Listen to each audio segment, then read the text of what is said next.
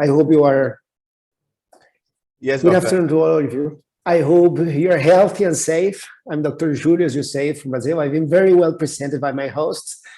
I'm a gynecologist, very passionate to help couples that want to have a baby. So I've been invited by ZivanzaNetwork, my friend, Dr. Gautam, Allahbadia, who I admire a lot because of his amazing career and experience in helping patients getting pregnant, working during many decades in this field.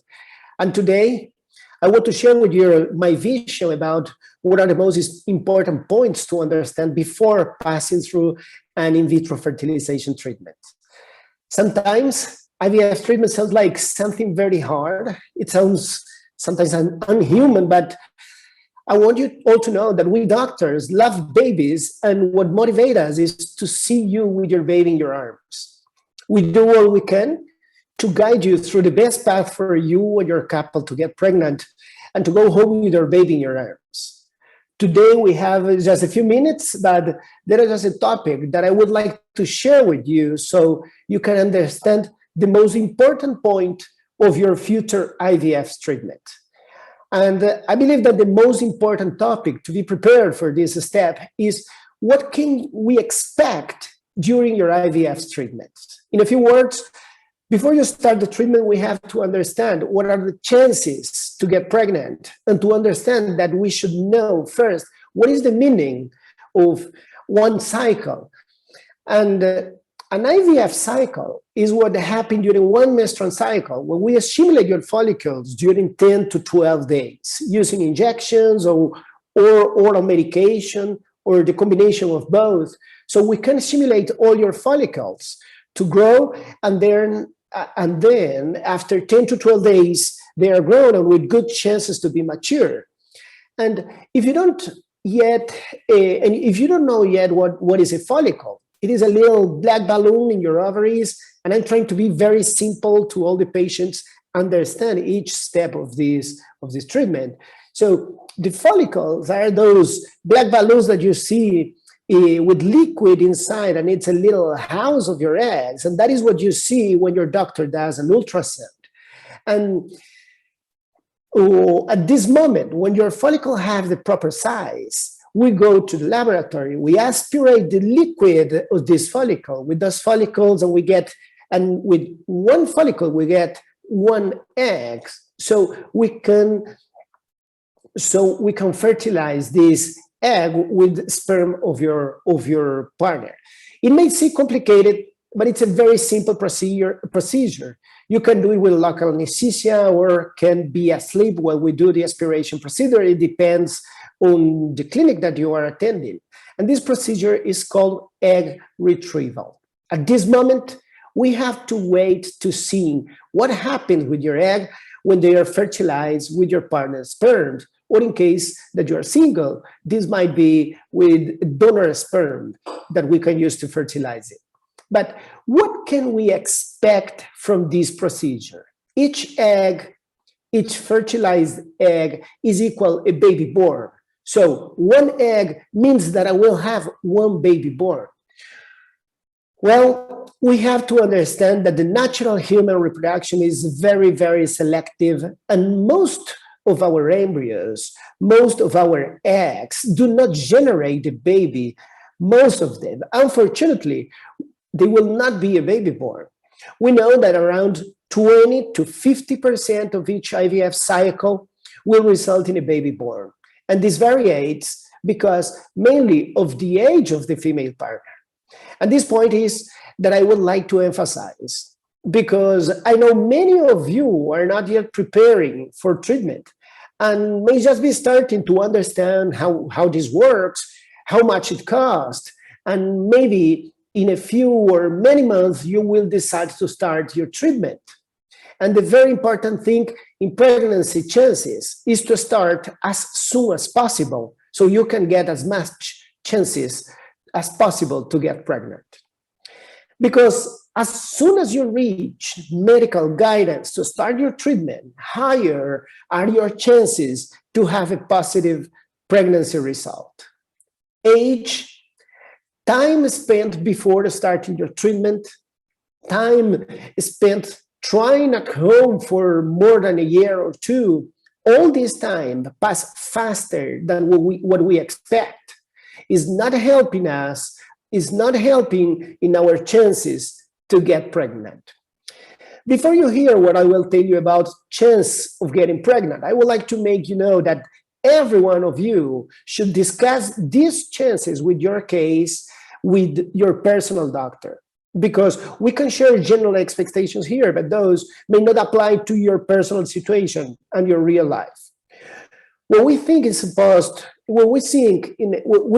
a supposed couple around 42, 43 years old, we expect around 15 to 25% of success per each cycle. So when we talk about a cycle, just remembering it is one follicle, we stimulate, we get to the proper size, we aspirate that egg, and we fertilize, and we wait until all these eggs became embryos, and then you transferred this embryo into your womb. And when we're talking about a couple of 30 to 35 years old, we expect a pregnancy rate around 45 to 65% success. So, but please, let us explain a little better how we can help you get pregnant and what these results may be for you, and not as general as I said before. We know that each couple may have their personal and own needs. There are a lot of couples that would need some help, some more than one egg retrieval. And I mean more than one procedure to get those eggs. And these couples that are having more eggs retrieval are kind of multiplying their pregnancy's chances. So every couple should discuss with their own doctor what is the best strategy to get embryos so they can have the best pregnancy chances.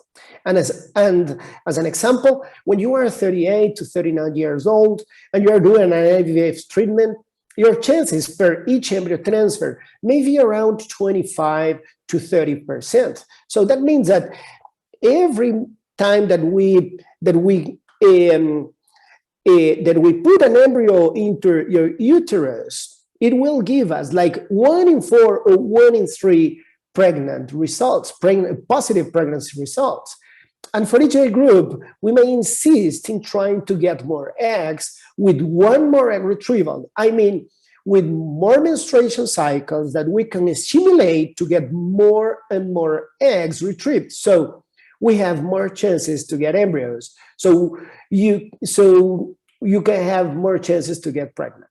If you're around 40 years old or plus, your doctor may suggest to do more than one IVF cycle, or you may need to do more than one IVF cycle. So we can get more eggs, more embryos, and they will result in a higher chances to get pregnant. As younger you are, naturally, more eggs and better quality we're going to retrieve. And each egg will have a higher potential than an older woman. So more chances to get pregnant you will have. As time goes on, you have a higher age, around 37, 38, 39 years old, you may need more eggs to find the proper embryo.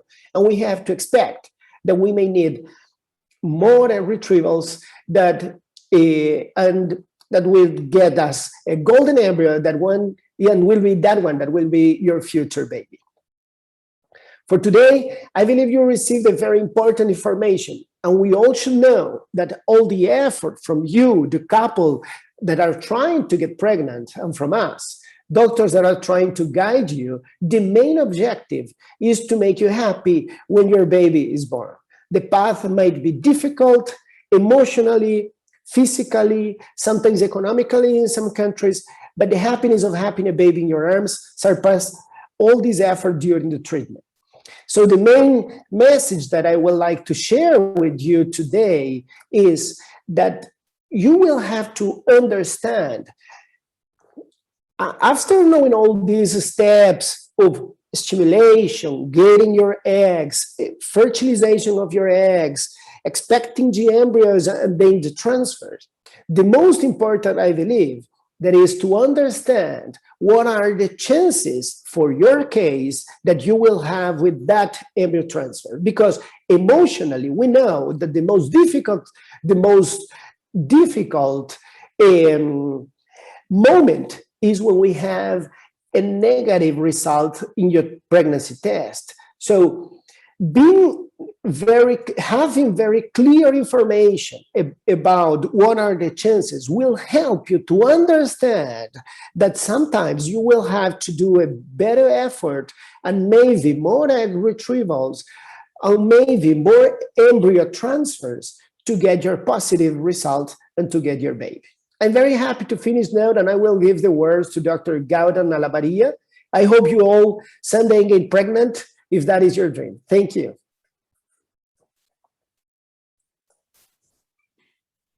Thank you so much, Dr. Julio, and very warm welcome, Dr. Gautam. Sat Shri Akal, sir. Sat Shri Akal. Hi, Julio. Thank you for standing in. I'm very grateful, and we will do this much more often with a well-planned out program for the doctors. I will talk to you. We will Zoom privately and we will set up a teaching program. Thank you very much, Julio. You'll have to just wait till I finish my lecture, then we'll take the questions together. But if you are in a hurry, we can do the questions just now. Are you? No, it's okay. It's okay, Dr. Gautam. Thank you for your invitation. I'm very happy to see you today. I will wait for your presentation and then we can take the answers, the question if you want. Okay, so can you jump me? You can see the thing, everything is okay, it's volume and... Yes, doctor, yes, everything is fine. I can see the slides as well. Okay, so we will go a little slow. This is for the patients, so I will try to simplify the presentation. The same presentation we make for doctors. So we will try to talk in a little layman's terms, in patient's terms when we present this. So my talk is on IVF Lite or minimal stimulation IVF. To begin with, traditionally from 1978, from the time of the first IVF, the use of controlled ovarian stimulation to obtain multiple eggs has resulted in a compromise we have realized today. Compromise in terms of the risk of OHSS, ovarian hyperstimulation syndrome. It's very rare now, but it's there. Expense of the expensive fertility injections, the risk of multiple pregnancies, and sometimes wastage of the surplus embryos when you have 30, 40, 50 eggs, and then you have a lot of embryos. We don't need that many. Today is the time of a single embryo transfer. Even some women with apparently normal menstrual cycles might become poor responders when repeatedly administered with follicular stimulants month after month. The incidence of oocyte aneuploidy, this is very important. For the last 10 years, almost 90% of our cycles in Dubai are PGTA cycles, and we know that the incidence of oocyte aneuploidy is artificially raised after stimulation. The harder the stimulation, the higher is the incidence of aneuploidy in our lab. Following the introduction of GnRH antagonists, which is the cornerstone of minimal stimulation IVF, and the fact that we only do a single embryo transfer, there is a lot of patient acceptance. There is genuine scientific interest in the revival of these mild approaches to IVF. Recent evidence suggests that the application of natural and mild IVF is patient-centered. It reduces the cost of treatment, patient acceptability is better, and reduces multiple pregnancies. We just transfer a single embryo. So today, basically, patients should know just two things. One is conventional or routine IVF, and the other is a modified natural cycle IVF, where we don't give anything to produce the oocyte. We just give a GnRH antagonist once the oocyte is mature. So it's like a modified natural cycle IVF. And the other is minimal stimulation IVF. In our hands, we are using only the age-old drug called Clomid or clomiphene citrate for this minimal stimulation IVF. In a conventional IVF, we traditionally use 3,000 to 4,500 international units of gonadotropins, which are called fertility injections in patients' language. So in minimal stimulation IVF, the principle is we use mainly tablets and less than 1,000 international units of injections, if at all we have to use. IVF Lite is a combination of minimal stimulation IVF, vitrifying the embryos and transferring it in a remote cycle. Why transfer in a remote cycle? Because in a clomid cycle, the implantation rates are very low. In a remote embryo transfer cycle, that means a cycle different from the egg collection cycle, our pregnancy rates go up to as high as 80% when we include PGTA or pre-implantation genetic testing in the protocol. So how do you define minimal stimulation IVF cycle? It's either a stimulation regimen where I have told you, you give gonadotropins at a much lower than usual dose, usually less than 1000 IU. Always GnRH antagonist is given as a co-treatment, or otherwise when we use only clomid or in combination with very low dose of gonadotropins, again, GnRH antagonist is the cornerstone. So the IVF Lite protocol, necessarily because it's a combination of minimal stimulation, vitrification, and a remote transfer, we require very good science for freezing these embryos. So we do a cryotech vitrification, and this, when you do a remote embryo transfer cycle, we usually use an artificially hormonally prepared cycle where the uterus becomes more sticky when we transfer that single embryo. So the backbone of the successful MMC IVF Lite program is the accumulation of vitrified embryos and the remote transfer protocols. That means we do an embryo transfer in a different cycle. So how did this story begin? We were a group of friends, Julio, Alejandro, and we all had common mentors. We had Professor Zhang in New York, in Manhattan. In Japan, Professor Osamu Kato. We were all introduced to IVF Lite together. And IVF Lite, the story began in 2010 with phase 1. I came back from training from Japan. We started at Rotunda Center for Human Reproduction, Mumbai. This included embryo accumulation and vitrification. Initially, because the Japanese were doing this IVF Lite only for poor responders, we started doing it only for poor responders. So the inclusion criteria were patients less than 44 years old, at least one previous cycle with a poor response. So how do you define a poor response? Define as a cycle in which you get less than 4 mature eggs. And in 2010, in our first year, we got a pregnancy rate only of about 27%, 26, 27%. But then we learned the technique, both of vitrification, the lab learned perfected vitrification, and we perfected stimulation. We extended the indications of IVF Lite through 2011 to 2015. So poor responders were always there. Then we added women with previous IVF failures. We had women with history of wonderful blastocysts being transferred with conventional IVF, but all the time failing. When we started using clomid and getting blastocysts and transferring these blastocysts, we were getting pregnancies. Probably now, because we are doing PGTA, we know that hard stimulation with gonadotropins was producing aneuploid or abnormal eggs. And the moment we switched to milder stimulation, the eggs were normal and we could get pregnancies faster. Women above the age of 40 was another indication we added. Women with previous ovarian hyperstimulation, so all these severe PCOS patients, we started giving clomid stimulation, and we included them in the IVF Lite indications. The third phase is more interesting, from 2016 to 2021, I would say. So poor responders, previous IVF failures, older women, women with previous OHSS or PCO women. Today we include women with moderate to severe endometriosis. So even with repeated clomid cycles, their endometriomas don't fill up again.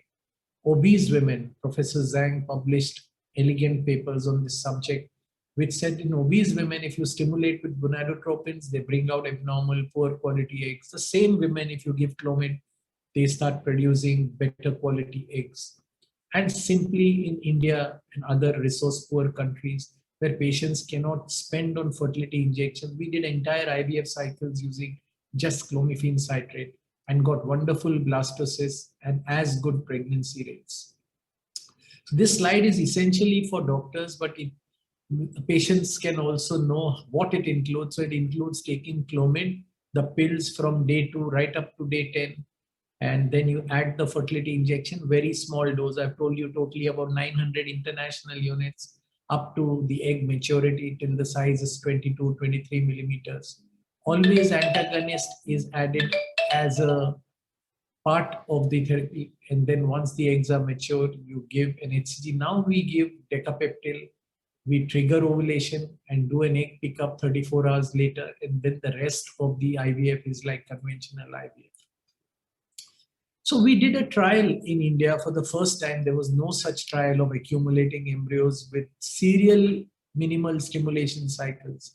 So in a conventional IVF, we aim to produce 15 eggs, which give rise to about 6-7 embryos. Half of them are normal. So we cannot get in poor responders, in older women, such high number of eggs. So we get just 1 or 2 eggs and 1 or 2 embryos in each cycle. We accumulate the embryos and vitrify or freeze the embryos and transfer them in a remote cycle. So we did this study. What is interesting is that when we compared it, these poor ovarian responders using IVF Lite, when we compared them to conventional IVF, you must look at the clinical pregnancy rate per patient. In IVF Lite, almost 48%, in conventional IVF, only 24%. So this really encouraged us to increase the indications. The number of cycles required to accumulate a minimum of 6 embryos. So usually patients made just 2 embryos per cycle in this poor responder group. And most of the patients conceived in the first cycle itself in the IVF Lite group. And whereas if you compare, they required more than 1 cycle in the conventional IVF group to conclude.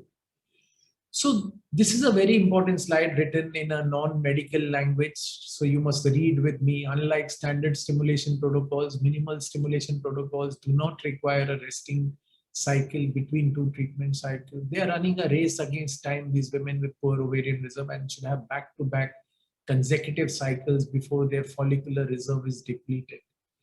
And they are actually running a race against time to get their own genetic children. And IVF Lite gives better pregnancy rates than conventional IVF in patients with poor ovarian reserve. I've told you, we have now increased the indications to almost all the indications of conventional IVF. And this was a paper that is not very well known, but this is from the US fertility sterility analysis of more than 650,000 IVF cycles, which clearly says that live birth rate significantly decreased with increasing the fertility injection dose, regardless of the number of oocytes retrieved. The statistically significant decrease in live birth rate with increasing FSH dose remained in patients with good prognosis, regardless of female age. So we knew as early as 2015 that giving high doses of fertility injections brings down the pregnancy rates. So this is our mentor, Professor John Zhang, for both Julio and me. Minimal ovarian stimulation using vitrification and cryopreserve transfer. So even in Clomid fresh transfers, he got 20% and 41% wherever he used a remote transfer. Again, this is a paper by Bodri from Japan, one of the early adopters of minimal stimulation IVF. And if you look at the cued live birth rates, almost as high as 65%, 60% when you put it in the different age groups. And this is just using Clomid. Again, an autologous oocyte cryopreservation program. Before 2018 in the UAE, we were not allowed to freeze embryos. And we used to, quote this paper from 2015 from John Zhang to our patients, which tell us that freezing eggs instead of freezing embryos gives us as good pregnancy rates using minimal stimulation. So this is a paper that I will try to break down. This is from 2007 from the Netherlands, where 7 universities participated in this study. PGTA, or pre-implantation genetic testing for aneuploidy, was just introduced into Netherlands, and in Netherlands, this treatment of IVF was free for its patients. So they set up a trial where one group was given conventional IVF and the other group was given minimal stimulation, and both the groups were tested. The embryos were tested for aneuploidy. This is the only paper in the world in 2007 where the study was terminated prematurely after an unplanned interim analysis. After 60% of the planned number of patients were done, the researchers found that a lower embryo aneuploidy rate following mild stimulation. So on moral and ethical grounds, they said we cannot push our own citizens and give them high dose stimulation for conventional IVF. If obviously after 60% of the trial, mild stimulation works better and is proved by aneuploidy rates, we should not go forward. So future ovarian stimulation strategy should avoid maximizing the number of eggs, but we should try instead to get genetically normal eggs to give rise to higher pregnancy rates. And this is possible with mild stimulation. This is a slide that tells us the percentage of abnormal embryos in every normal patient. So an average normal patient, this is an age distribution. So less than 35 years, almost 55% of embryos are abnormal. And if you go above 44, almost 96% of embryos are abnormal. This is using conventional stimulation. Please try to understand that we cannot, when we use Clomid, we cannot bring this down at age 40 to 41 from 80% to 55%, but we can bring this down from 80% to 50% or 55%, which is good enough. You have a higher chance of these older women getting normal embryos, euploid embryos using Clomid. This is again for doctors. This is a free to download paper from ivflite.org for patients who are interested in reading more about mild stimulation. This is a journal that allows free downloads. It's called ivflite.org. The next three slides are basically the stimulation protocols that we teach doctors who want to learn mild stimulation. So this is one protocol, this is the second and the third protocol, this is the fourth protocol. So basically these four slides are essentially for doctors. For patients who want to read, I've told you these are free to download papers from ivflite.org. You can write to Vishnu and she can guide you with the link.